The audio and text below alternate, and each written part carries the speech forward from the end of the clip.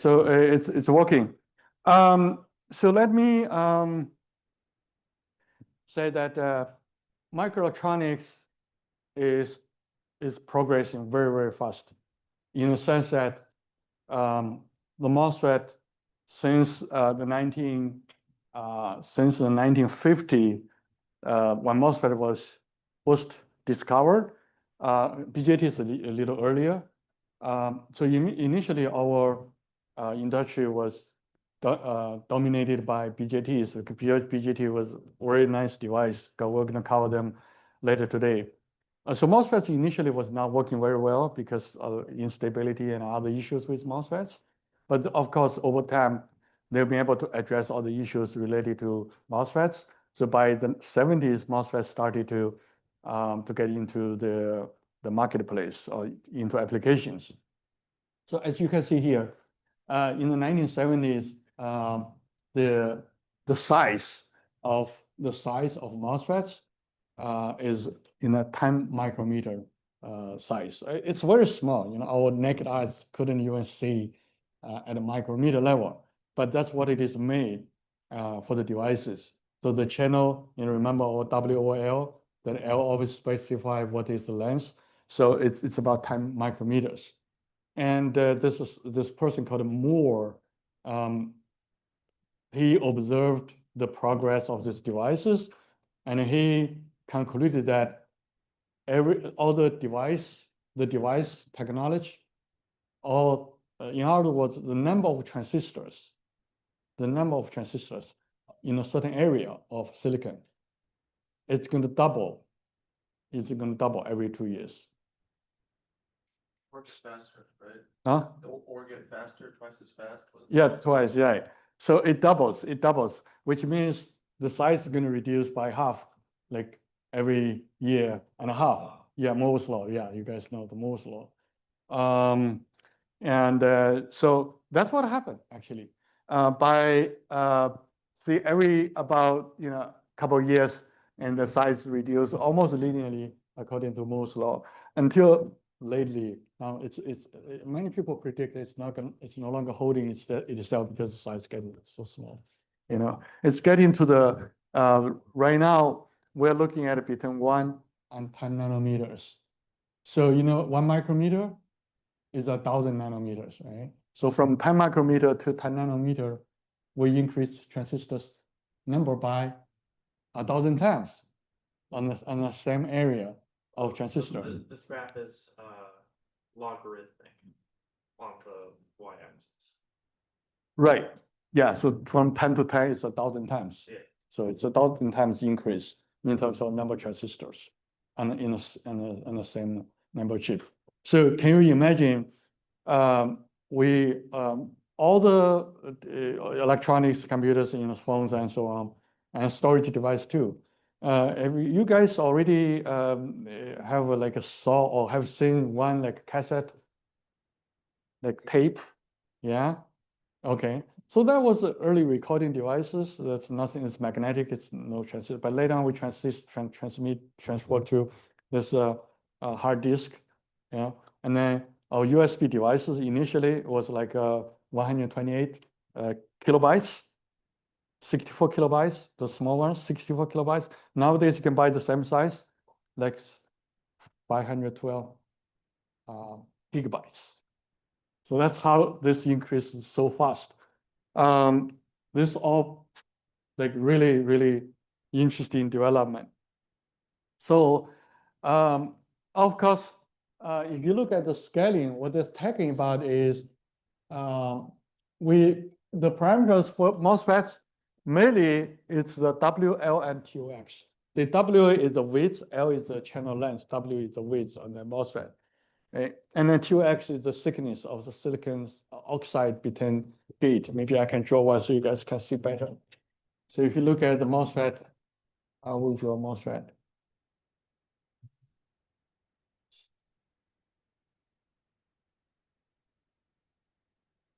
What happened to you?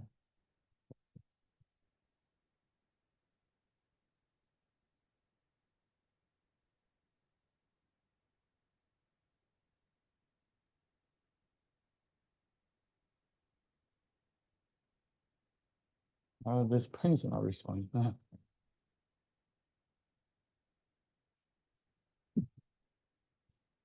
Sorry about that. Apparently, today the system's still not recovering from what it's supposed to be.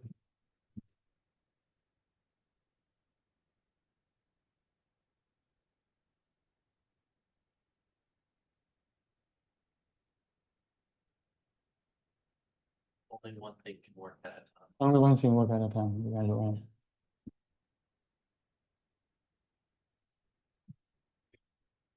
right. I still have to call this guys. Sorry about that.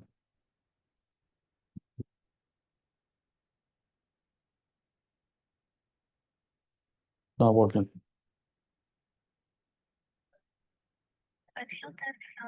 Yeah, hi again to HH214. The smart pen is not working. It's not writing on the screen. Smart pen? Okay. Did you already talk to class support? No, not yet. No? Mm. Then can I ask if you went through to the phone number for like I transferred you earlier? You transferred me earlier solved another problem. The computer screen was frozen. So can you transfer me again? Right.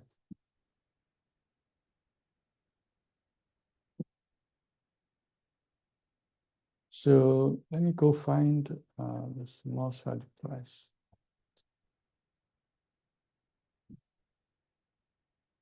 Yeah, this smart pen is not working. It's not writing on the screen. HH214. No, it's not writing. Okay, thank you.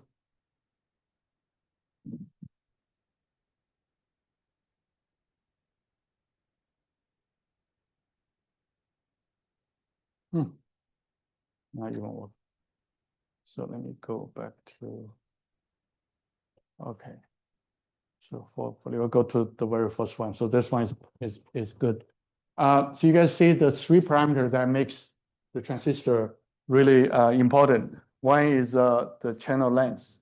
You see the more the channel length, the current flow takes a longer path, right? So it's more resistant. Therefore, you would be able to conduct less current. And then the thickness W is from here to here. So that W is the channel width. That the more the width that you have, the more current you conduct. Do you want to make a larger transistor? You large current, large power. So you increase the W and reduce the length. And then 2x is the thickness of this oxide insulation between gate. So that one is smaller the better, of course. But of course, there's limit that you can go.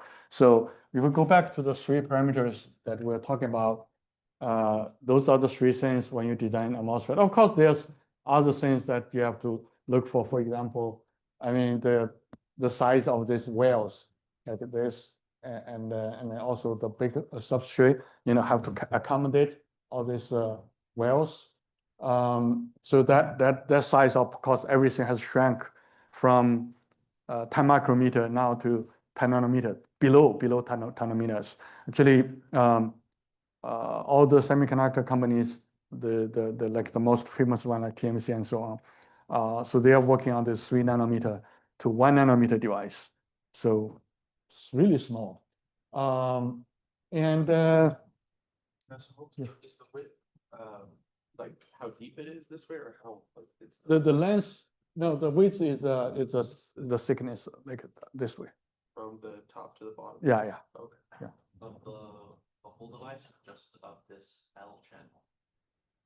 The L channel, yeah. Oh, so just the L channel. The L channel is the most important part. It constrains how much current can flow there and how much distance the current has to flow. The rest goes around it. When you can shrink that, everything else becomes smaller. Yeah. So these are three parameters that are the most important ones that we are. Okay. So hopefully somebody will come and address the problem with. And then see the other parameter is there's a VDD and VT. So this parameter, the importance is that VDD, you see, the VDD, the higher the VDD, think about it, the higher the VDD, that the more power is going to be consumed on the transistor, right? For the same amount of current. So because all these transistors, like especially in this class, we focus on amplifiers, which means we use these transistors with VDD as a biasing voltage and current, ID as a biasing current and VDD as a biasing voltage. So ID times VDD gives you the power consumption. That's the DC power consumption. And our small signal is on top of this ID, right? But that's the thing you want. So it doesn't matter how big that is. But that VDD times ID gives you the power consumption. So you think about it. The smaller the ID and the lower the VDD, the less power consumption. So that's the idea. So the trend is to reduce VDD. So going to, again, 1980s, MOSFETs operate at 15 volts VDD. Nowadays, it's operating at 1.5. So that's also 10 times less VDD. So for the same amount of current, apparently you see the power consumption reduced by 90%. Now, if you, at the same time, you also reduce VDD, ID, say by also 10 times, now you're reducing power consumption by 99%, right? So the significant reduction in terms of this power consumption. And that is why on the same transistor, you can mount so many on the same silicon, you can mount so many transistors because power consumption is smaller. The heat generation is smaller, right? So if you use the same technology we had 40 years ago, the power consumption is so big, you cannot make it small because it becomes too hot, very hot. Okay, so then the second parameter is VT. VT is the threshold voltage. Remember what threshold voltage means? So VGS has to be larger than VT for the transistor to work in either triode or saturation mode. So the smaller VTT means the less VGS you need, which again ease your design and control. So VT should be small. So VT threshold voltage 40 years ago was 5 volts. Now it's like 0.5 or even 0.2 volts. So that is also smaller. So the VGS needed is also small. So everything becomes smaller. So those two parameters are also going down. And of course, area device, what they're saying is W times L is what they call effective area. So that is the key, the core of the device. Everything else is money around it. So that's a scaling factor. So if this scaling factor by S and this is scaling factor by S squared, so the smaller. And then also COX. COX is a function of this, epsilon, I guess, OX, TOX. Because epsilon, this doesn't change very much. It's the material property of silicon oxide. So it's mainly TX, TOX. So if TOX reduced by S, then the COX increased by S, right? So that's good for you as well. And then also because this increased by S, now you see this Kn and Kp, because this COX increase, therefore this also increased by S. And then also finally is this gate capacitance. The gate capacitance is proportional to WL times COX. So therefore, if WL reduced by S squared and COX increased by S, so gate is reduced by S. So the smaller the capacitance, the better. Why? Because the less charge is needed to get to a certain power level, right? C. So you need a certain amount of charge to get this capacitor to a certain voltage level. So gate capacitance is also smaller the better. So this is we're talking about this scaling factor. Hello. Yeah, the pen is not working at all. Let's get it done. The computer screen was frozen earlier.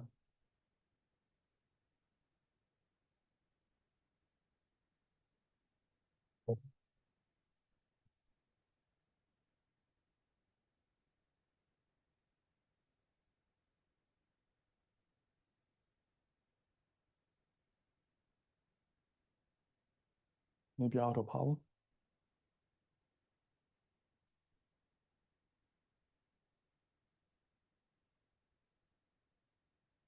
Yeah, so the pain is a problem.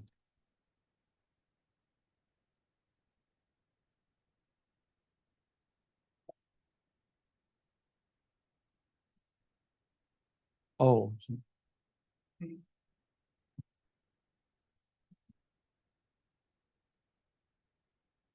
It's not even plugged. Yeah. Oh my God. Yes, happens. It's like Christian. Nice. It's working? Okay, That's Sorry about that. hold on. Okay, how do I get it? Okay. You have to have that Yeah, option for it work. oh. How do we get to that?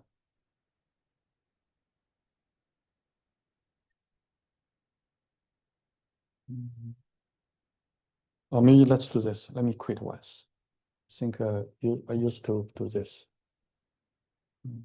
There should be, actually, there's another button that's disappeared.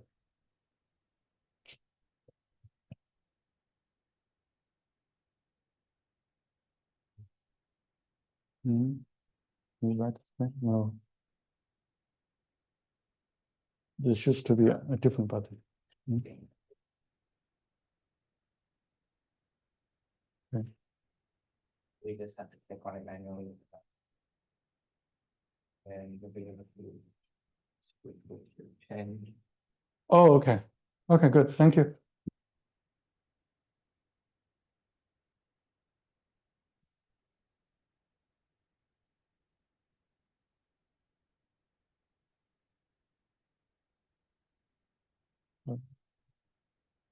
Just have to quit this one. Okay. Got to here. Okay. Okay, just hopefully it works. Okay, great. Thank you, guys. Okay, it works. Yeah.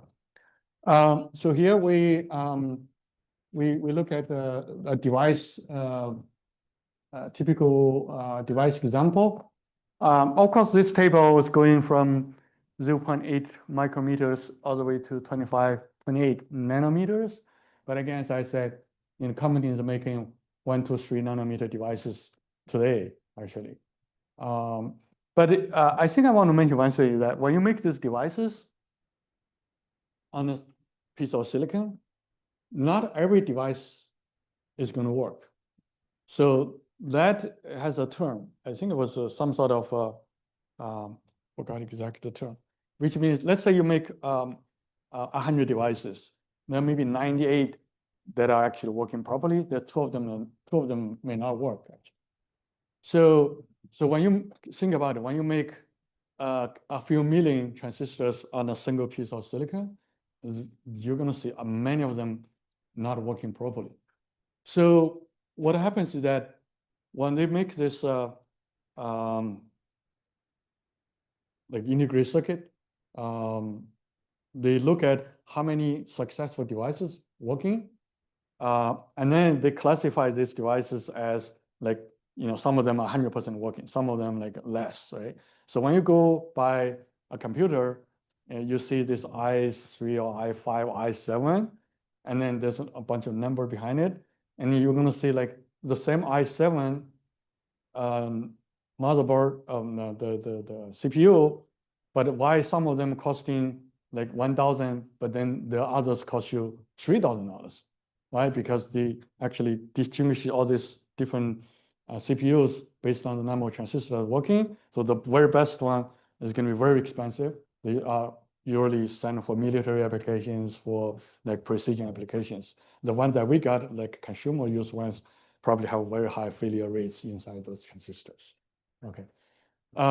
The failure rates gets bigger when you get smaller sizes, because all these things will use this, like SMO, they make these machines, they do this laser, sense, but so every little like misalignment could make a mistake.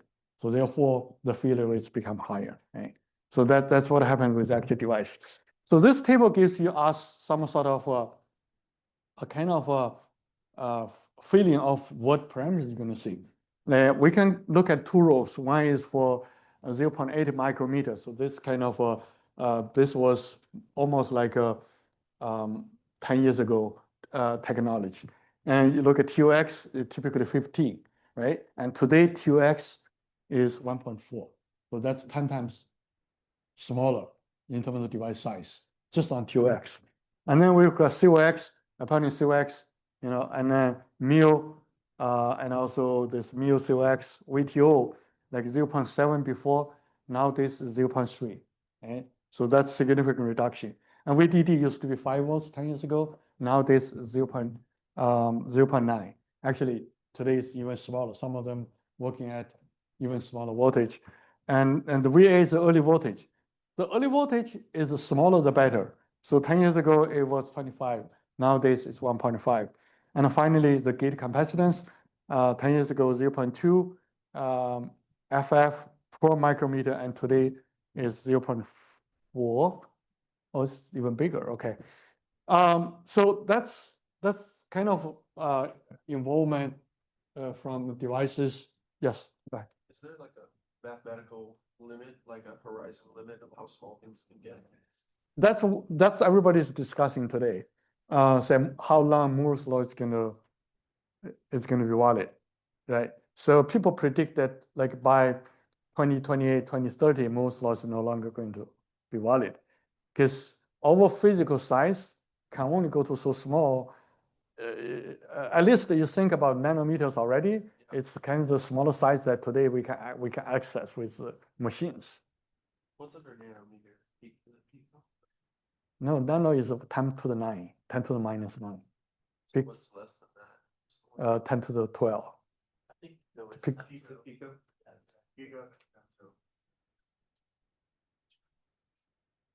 So, and then when you get to even further, you get to nuclear molecules, right? So that's the list, and they go to neutrons. So that's why people talk about quantum computing.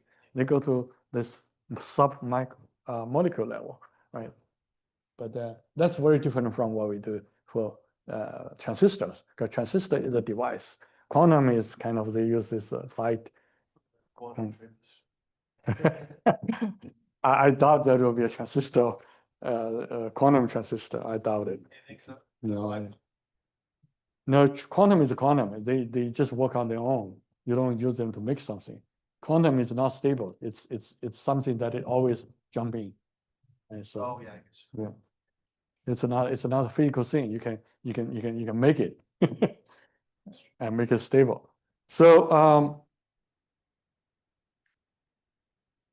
now I have to switch between this. Interesting. Okay. So so what happens is they're talking about a short channel. Like remember the channel, it becomes shorter and shorter. So if you become a short channel transistor, the threshold voltage VT and relation ID and VGS, it's like this, right? So it's a little bit like going, if you remember. Okay, so this is on the logarithm scale, and the VT right over here. So if you like change the channel, and it might actually have something to do with the VT, and then I don't know. I mean, it's probably going to be better for the system operation. Okay, and then this is called a depletion type of MOSFET. The depletion type MOSFET, the symbol is by adding this little SiC at this side. So at the device level, what it means is that there's a depletion region below the channel that helps current flow. So that's why they call it depletion channel MOSFET. With the depletion channel MOSFET, the characteristics is slightly different. And then on this is so VGS on the depletion type So VT on this side, but on the, and then they have the enhanced mode on this side. So VT is what? So VGS minus VT. So in the depletion region, so VT becomes actually negative. So remember, our VGS has to be larger than VT for the device to work. So VGS has to be larger than VT. So for the depletion type of MOSFET, VT is negative. So VT is negative means VGS doesn't have to be a certain positive number. It can be small as like 0 volts or even less than 0 volt. The MOSFET will still conduct. So if we look at the device, so what did you say that because VT is negative, so this VGS can be as small as 0. Now, this type of device also have a problem because think about it. If VG is grounded, let's say if VG is grounded, and you have a voltage applied between VD and VS, so what happens? You have a current, right? So this device means what we call is normally not turned off. So as long as there's VD applied between VD and VS, there's always current, regardless of how much VG you apply. Of course, you have to apply VG to negative in order to block this device to be off state. So VGS has to be negative, has to be less than, like if VT is minus, say, 0.5, your VGS has to be minus like 1 volt or minus 0.6 for the device to be turned off. So depletion type of device also has an advantage, but also has a problem. It's like cannot be turned off normally with. What's it used for? It's used for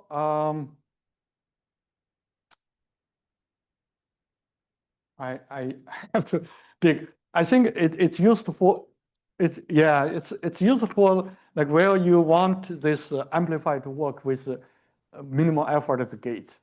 So you don't have to have like a positive voltage. You don't have like to VGS can be easily set to 0, and then the amplifier will work as long as VGS is grounded. So this transistor will always work. But of course, in order to turn it off, you have to go to the negative voltage. Okay, so what we're saying is that even with that, the enhanced type is most widely used. The depletion type is not as much. The CMOS, we didn't talk too much about CMOS, but we had some examples, especially if you go to the last video example in the book in the chapter, it talk about like the combination of MOSFETs, right? Then you have NMOS and PMOS as a pair, as complementary MOS. CMOS is the most popular. The reason is that you can use a CMOS to do like all these operators, like digital operators, and or different operations with the CMOS. It's very easy. And overdrive voltage, like VGS minus VT, this VOV is a critical quantity that when you guys do this problem, you already notice that all the time we need to find VOV. And if VT is larger than VOV, right, the MOSFET is working in the saturation region. We can express current at this 1/2 K WL and VOV squared. So if VDS is less than VOV, the MOSFET operates in the triode region, and then we use that as in combination with the cutoff. We use it for switching, like on and off, on and off. But for amplifiers, we always use it in the saturation region. The other thing you guys need to note is that there's early voltage. So that early voltage kind of changes this equation. So the ID is no longer like this constant, but it actually increases with a certain number equation here. So if VA is not given, you always use this expression, but if VA is given, you remember to change the equation that you use for the conduction current. Here, I want to just summarize the the relations, I'm using the N-type MOSFET to summarize the overall like operation. First of all, here did not consider the early voltage. If we consider early voltage, remember these lines become tilted. They are no longer flat. Horizontal, they actually goes a little bit like this. And the cross point here is called early voltage. And the current in the saturation region, this blue region, is proportional to here, VDS squared. And then these numbers are usually given constant. So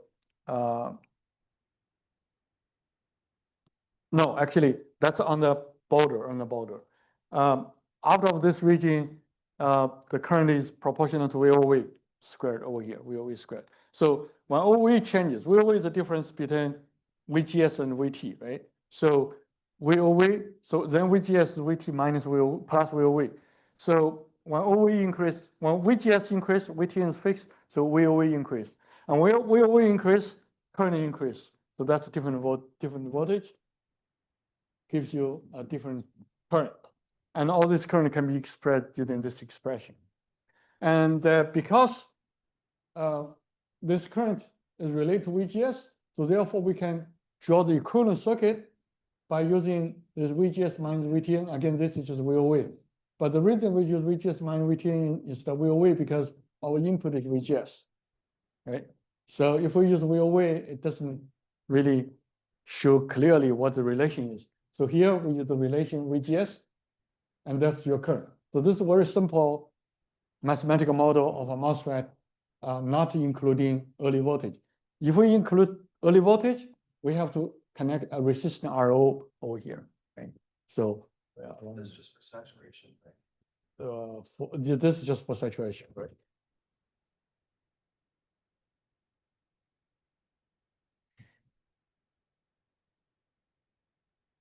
So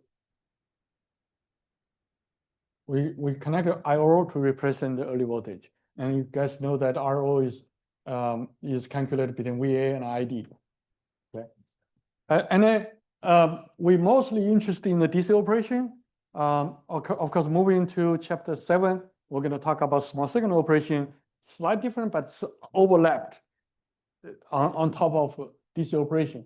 So in DC operation, when you apply voltage at the gate and a voltage at the drain, and the relation is like this. And then here we have a few equations. So one is going to triode region is when VGD less than VTN, or in this case VGD less than VTN is in saturation mode. In the other case, what you can say is VDS larger than VOV, or VDS less than VOV is in the triode region. In the triode region, you see the equation is like this. And in the saturation region is this, right? So when you guys see a problem, it doesn't tell you whether it's in saturation or whether it's in triode region. You always have to find this. If you cannot find this, you can do an assumption to start, and then you verify whether your calculation is correct. So that's always the formula that we go, okay? So guys, keep this like table handy so that you are going to be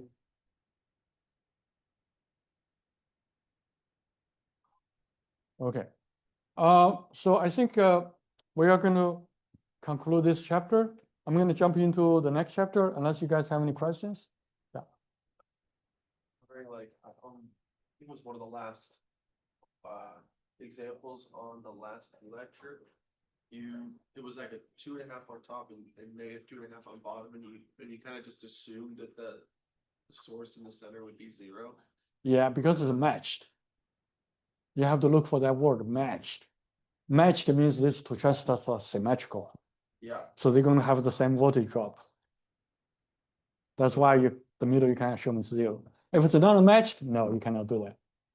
We can do that on like a test then, and you just kind of say like this. If it says matched, yes. It's matched. Yeah. Okay. Because sometimes it's not matched. Sometimes the channel WOL is different. And then the current is going to be like, if they have the same current and the voltage is different. If it's the same voltage, the current is going to be different. So it has to say it's matched, this transistor.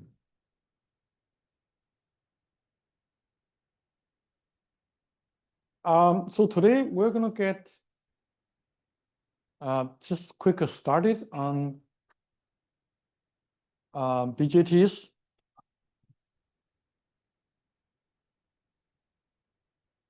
Interesting. Okay. Okay. So this chapter is very much similar to the last chapter. Okay. And but by doing this chapter in a little bit, we're going to tell you there's significant term that we use is very different from what we use in the MOSFET. So remember, in MOSFET, what region of operation are we mostly interested in this class? Saturation region, exactly. But moving on to BJTs, we are mostly interested in their linear region.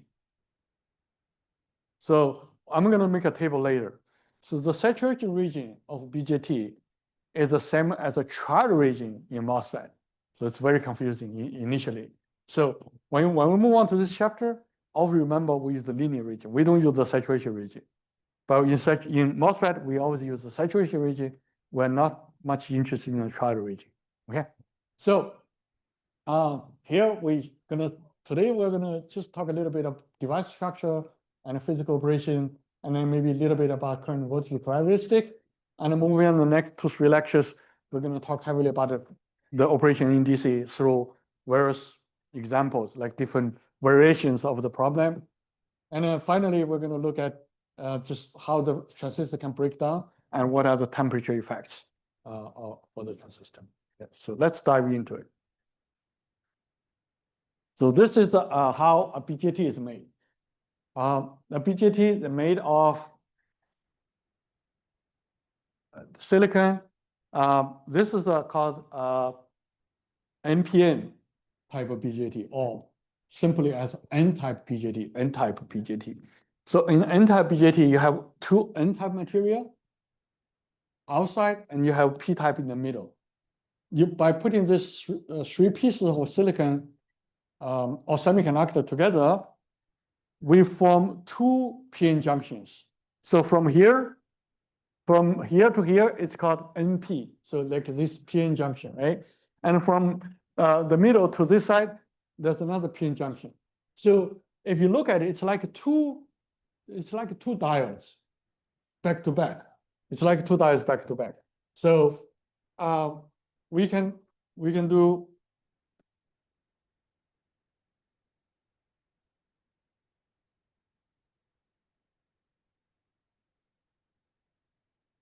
So we can do this.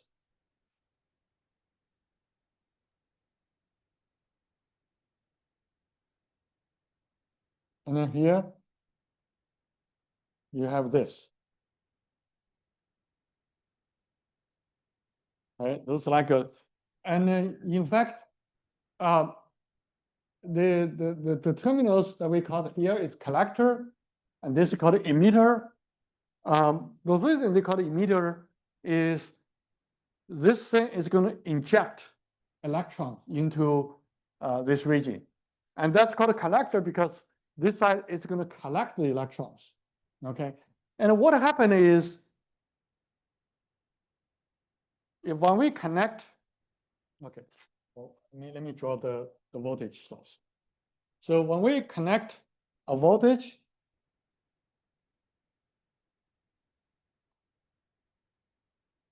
and then we connect, okay.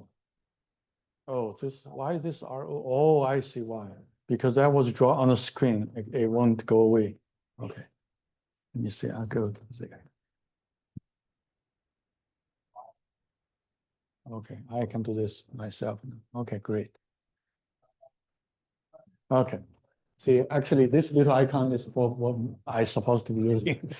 It was there. It was not here before. Okay. So when we connect a voltage source between base and emitter, so you guys look at, well, you might say, well, this is like diode in the reverse bias region, right? Okay. So, but regardless, when you connect this voltage source here is going to supply electrons. It's going to supply electrons to this region. But when you supply electrons, and this guy's is going to supply holes. So it's inject holes into this region, and this inject electron into this region. When electrons accumulated over here in this region, it cannot go quite here this way. So all the electrons actually are going to jump, and all the way it jumps through in this region, and it goes to the collector. Our current is opposite in the electron's direction. So that's why you're going to have a current going through. So electrons going this way. So electrons going this way. So electrons going this way and jump this way. So that's the electrons. And our current actually is going to be, so our current actually goes this way. Our current goes this way. So this is a very interesting phenomenon. It's like it looks like this one is working in the reverse bias region, right? So actually it's going to be like in the breakdown region. So when this current goes through, this is the breakdown region, but this is in the forward region.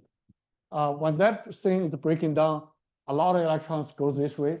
And when the electron goes this way, it cannot flow this way because wouldn't it be the other way around, that this one is going through because current is the opposite direction? yeah, The electrons. current going that way. So electrons go this way. Yeah, so the one on the collector side would be breaking down, not the emitter side. Because the one on Oh, the yeah, you're right. collector Okay. side is the one that's reverse bias. Right. Well, Thanks, constant. you're right. You're right. Yeah. Yeah, you're right. So this is a breakdown. Right. You're right. Oh, I'm sorry. Yeah. So this is working in the breakdown region, and this is working in the forward region. This is why it's better not to think about the electron. Right. You're right. Okay. Thank you. Thank you. Yeah. No, actually, let me do this one. Let me redraw this. You're right. No, the reason we have to talk about the electrons because it actually, because the electrons that are injected into the region, so electrons are injected here, so current is flowing this way, right? So that's current, that's electrons. Once the electrons going this way, a lot of them accumulating, so electron jumps from here to here. So make this other p-n junction breaking down, so all the electrons flowing pass through that. So then we have current actually going this way. Okay.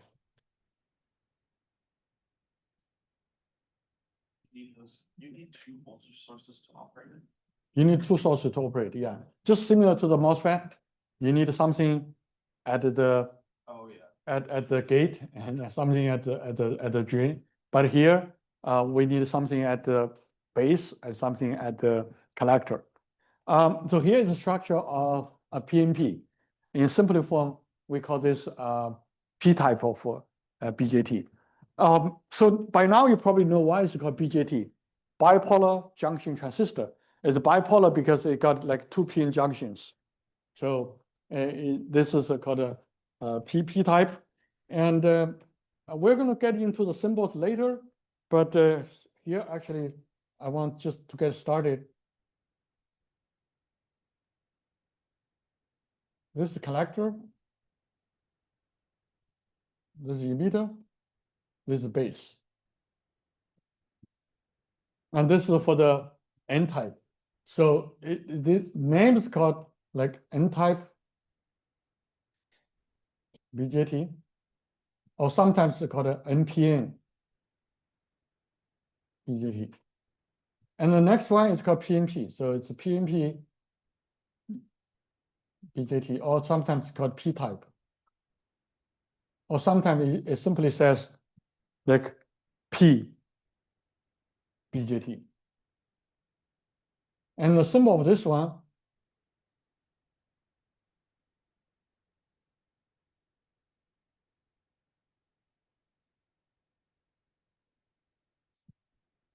and you see that in this book, actually in most of electronics books, we always try to have current flowing from up to down direction. And this is just make your solving problems like easier, and visually it's good. But in fact, in real life, the BJTs can be up and down, upside down, can be flat, can be all kinds of arrangements. But of course, in this we do it this way, especially when you look at PNP, we draw this one instead of going that way. So that will make your problem solving easier. So in the N-type, it's from collector, current is flowing from collector to emitter. Yeah. And P-type is flowing from emitter to collector. Yeah. So and then here you can see a better picture than what I draw on the screen, how the current flows. So when you connect the voltage at the base, you actually form a current through emitter to, through base to emitter, that forms a little current. So then the voltage source inject some holes into the base, but injects more electrons into the emitter. And when all the electrons come into the emitter, they diffuse into the P region. Right? When they diffuse into the P region, some of the electrons are recombined with the injected holes, but most electrons has nowhere to flow. They flow to the this region, so these are called recombined electrons, and that forms your main current.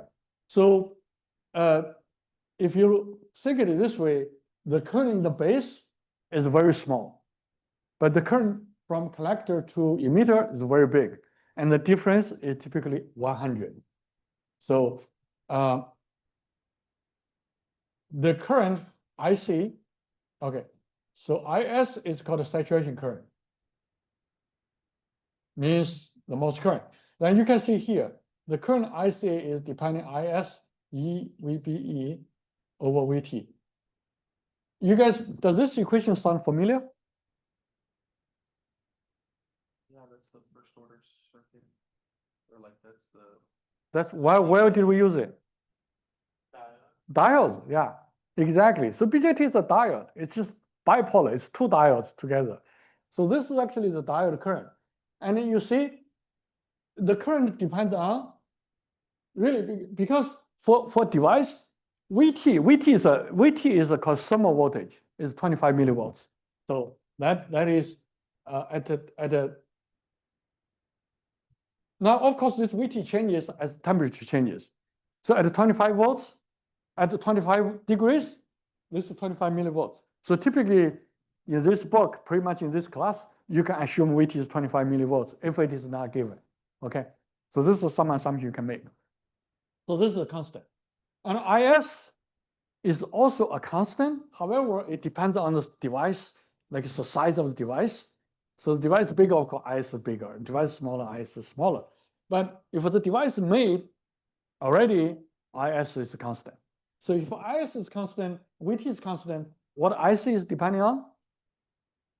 VBE. So when VBE increase, IC increase. VBE decrease, IC decrease as well.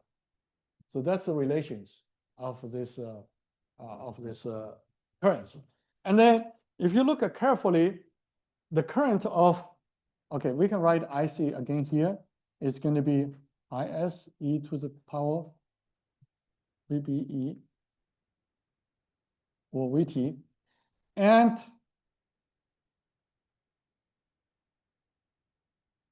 we're going to do some examples on that. We're going to do some examples in, I don't know why there's time here, PNP, but mostly our main focus, probably 80%, 85% is going to be on NPN.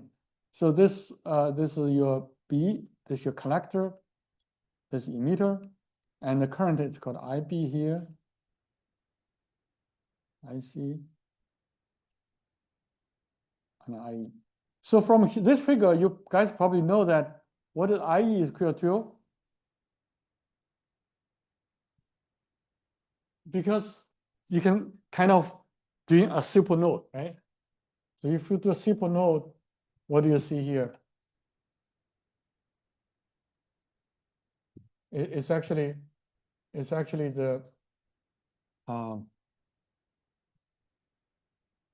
current, IE at the bottom, is IB flowing into the node, IC flows into the node, and IE flows out of the node. So you get IE equal to IB plus IC. And then the relation, let me see if I can get rid of that. If I can get rid of this line. No, this line won't go away. Okay. How about this? Oh, okay, it doesn't go away. Okay, that's fine. And then the other relation is IC is going to be beta times IB. And this beta is about 100. Now, of course, this beta can change based on the device. You know, some beta can be anywhere between, I would say, 1 and 100. It rarely goes more than 100. Maybe sometimes it could be 200, but probably more rarely go more than 200. So it's mostly about 100. So in most examples and homework you'll see, it's always given beta is 100. It's just somehow the device when you made it, and then the property of the silicon that gives you beta 100. So by doing this, you can all kinds of variations between the relations IC, IB, and IE, right? So for example, if we plug in IC into this equation here, we get IE equal to IB plus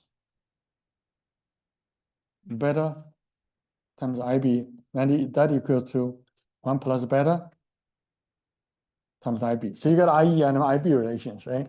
And then if we divide this IC and IE, we can eliminate IB like equation 1, 2, 3.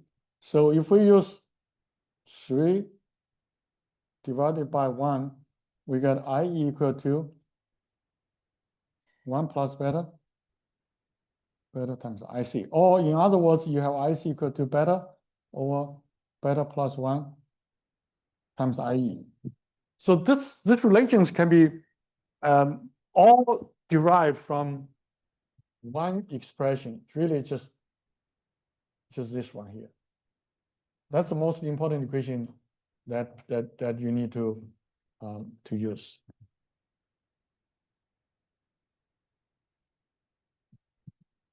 And IS is sometimes IS is given, and sometimes they will give you a bunch of semiconductor parameters and ask you to find IS. And we're not going to do too much of that. So we just most of the time we'll let you know that RS is given and VT is given, and therefore you can easily find IC. So when you guys look at, let me use a different color. So by plugging this VBE into this equation here, what would you see like relations of IC in terms of VBE? So let's say this is VCE. So from here to here, it's called VCE. As you can see, for any given VBE, IC is a constant. So basically what you're doing is this. IC is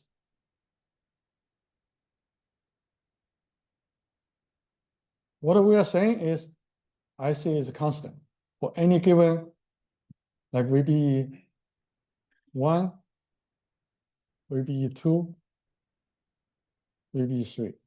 So IC is a constant depending on this VBE. But VBE has to be larger than a certain number for this to happen. So that VBE is 0.7.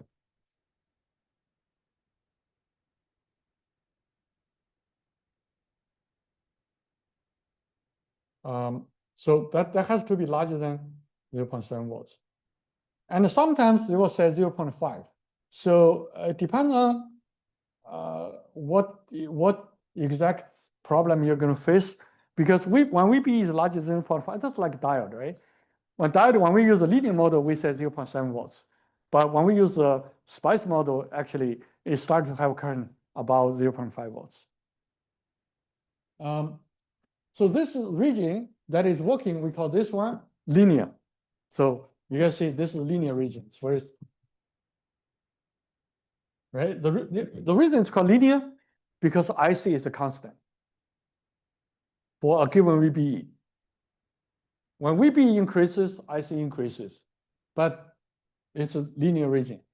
And but this one has to have a certain VCE, which means VCE here has to be a certain value.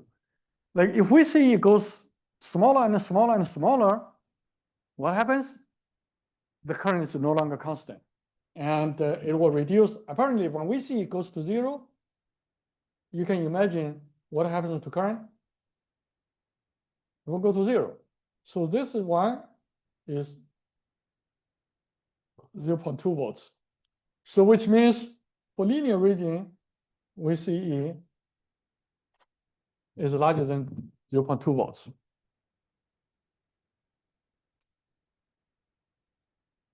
And this region, what we call in MOSFET, trial, here we call it saturation. So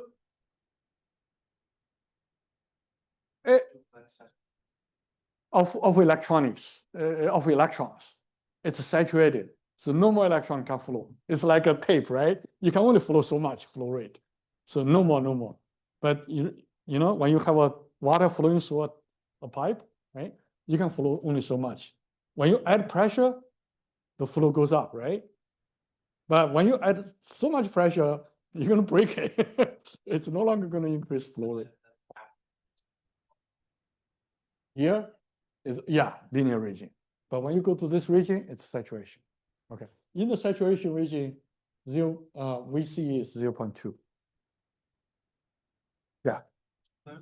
What your labels of BBE 1, 2, and 3 mean? Like when I look at a vertical climb, I imagine your ICs going up, but you label it with a voltage. So I was just wondering, like, what do you have to say? It'd be the voltage. If you measure your put a volt, I assume it's the voltmeter. If you put a voltmeter positive as that, B Yeah. as that. VB is a voltage between base and emitter. So when VB increase, the current increase. When B decrease, this increase. When VB is less than 0.5, no current will flow. So the VB is this voltage, and VC is this voltage. So it's like connecting a voltage source.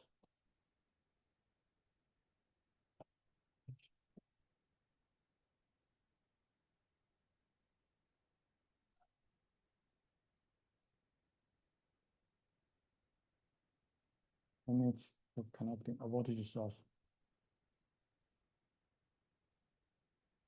Okay, like this. So we see on the right hand, and VB is on this.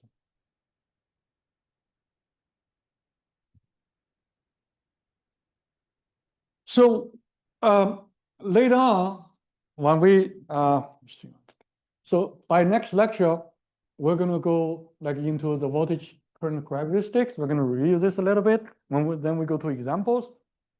The most important part is remember a few things, like IC equal to beta times IB. Okay, that's the one most important. And then another one is this another voltage is the IS times. Let me write down. It's on the other slide, but we can put it. So IC equal to IS times e to the power dB over VT. Okay. So these two equations are the most important ones that we're playing around all the time. Just by doing this, and we'll be able to get all kinds of problems resolved. And of course, when we get to the DC part, moving to next chapter, we're going to look at how we can actually use it as an amplifier. So the amplifier is working in this region, like a MOSFET working all this region. I would have preferred historically when people invented, because BJT was invented earlier, they already defined the saturation. It's based on the phenomena of that electron being saturated. And then this linear region is apparently very easy to understand why it's called linear. But in the MOSFET was invented later, instead of calling it linear, they call it saturation because that's also a phenomenon, right? So that's where the channel is filled by electrons. The channel is saturated. That's where you work in that region. I mean, if they call it linear, would be better, It's just really called a triad and a linear. will be much better because we are dealing with linear region, both linear regions, but they call it saturation. So it's just a little bit confused, but you guys will get used to it. Okay. Okay. So I think we're going to stop here today, and we'll see you on Thursday. Any questions? No? Okay.